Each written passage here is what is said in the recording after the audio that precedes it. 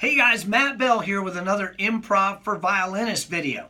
Last week we started exploring some more out scales using B minor or G sharp minor scales over A major.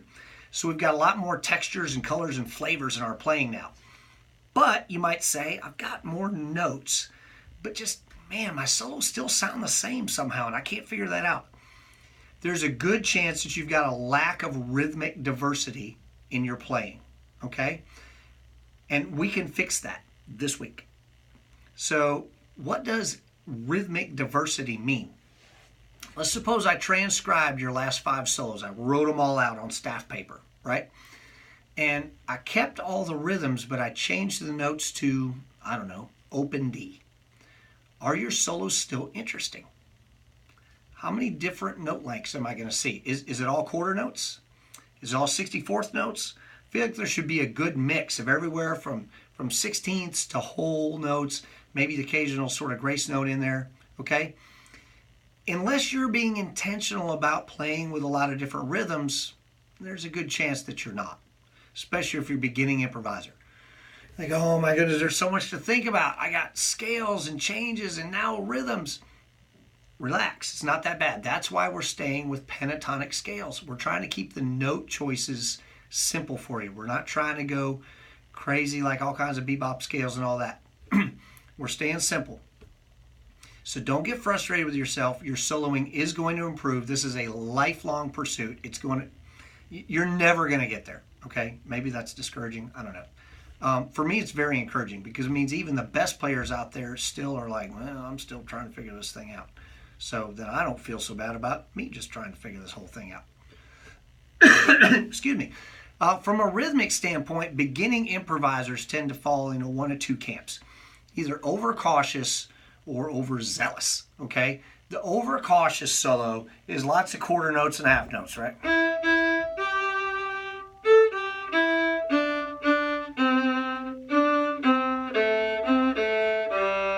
Right? We've all heard solos like that. It's fine. You're improvising. You're doing it.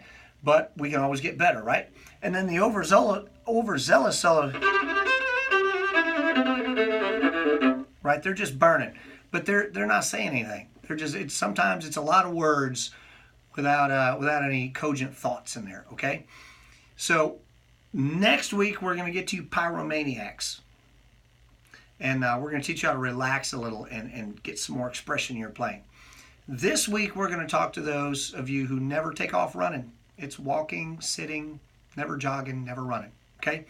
I'm not suggesting that every solo needs fireworks. It's really about serving the song. If you're playing a ballad, you can leave the fireworks at home. But if we're running through some bluegrass, you might want to have some explosive in your back pocket, okay? But I'm just learning. I can't think that fast yet. We don't have to think that fast, okay? I'm going to show you 2 patterns this week that are going to get you on the road to Shredville. So let's go back to our basic pentatonic scale. Remember, we're always staying in pentatonics here. So since we've been in A, let's stay in A. A is a good country key. So here's a descending A minor pentatonic scale. A, G, E, D, C, A, right? So suppose we take the first 3 notes and then go back up to the second note. Play 3 down. Next one. Come back up 1. Go down 3. So you see the pattern? Down 3, up 1, down 3, up 1.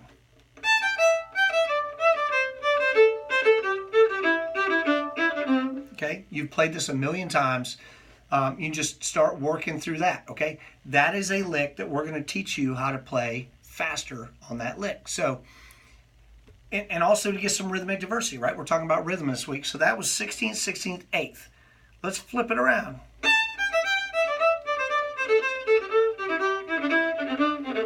Right? What about 16th, 8th, 16th?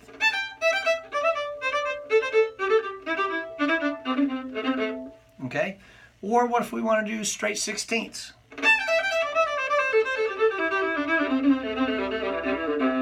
Or we can even throw in an accent. Right? So there's a lot of rhythmic possibilities here with just that one simple 3-note pattern. Okay? And you can mix and match these rhythms, right? We're going to do actual improv. We're just going to come up with some patterns as we're playing.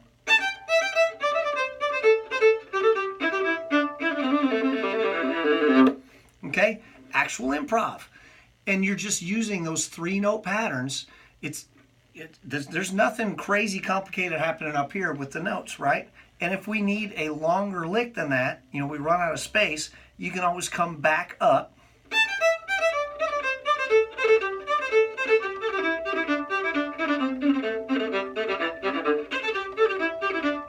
See how I'm doing that? You just jump back to a spot and work back down from there, okay?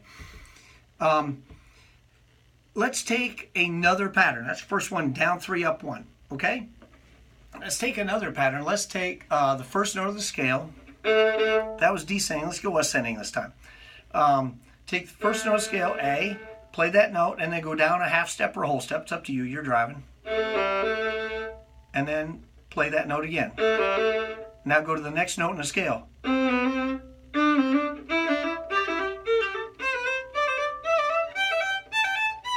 Okay, so you can just keep working up that scale. So apply the same concept with rhythm.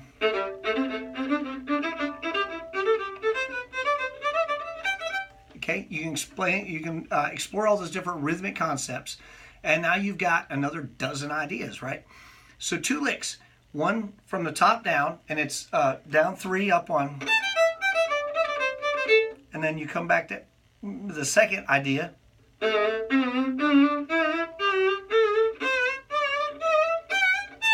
Right? So you can slide or you can play a different note. It doesn't matter. It's improv. You can do whatever you want. You're doing the writing. Okay? So there's 2 patterns. Your homework this week is to write a 3rd pattern for yourself, and then you're going to have 3. You got the 2 that I just gave you, and then you've got 1 of your own. Keep it simple. Remember, we're going to be doing some burning on this, so we don't want to be occupying a whole lot of brain power. Okay? The other thing, you can take those 3-note patterns and combine them with 2-note patterns. What if I do?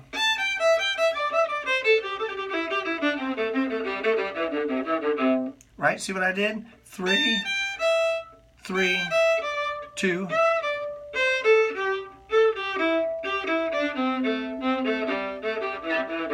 Okay? So that turns that into an 8-note pattern, which falls nicely if you're using 16th notes, right?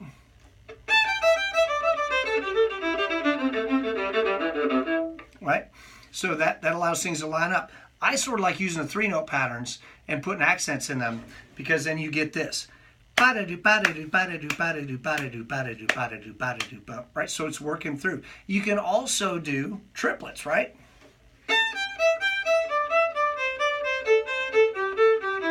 Right? There's so many possibilities. So with just a couple little patterns, working in rhythm is going to allow your playing to be more interesting. And since we're using simple patterns, this allows you to throw in some shred licks when normally you would have been pretty cautious. Okay? So those of you that are overcautious, throw a couple of shred licks into your playing this week. Just, you practice these 2 that I gave you, write your own, and then you're going to have 3, then you just chunk into a solo here and there this week, and you're going to find that your solos are going to start to take on a little more life, okay? Next week, we're going to talk about how to stop the shred train and get some long, extended notes while still staying interesting. Interesting whole notes. Yes, interesting whole notes. Next week.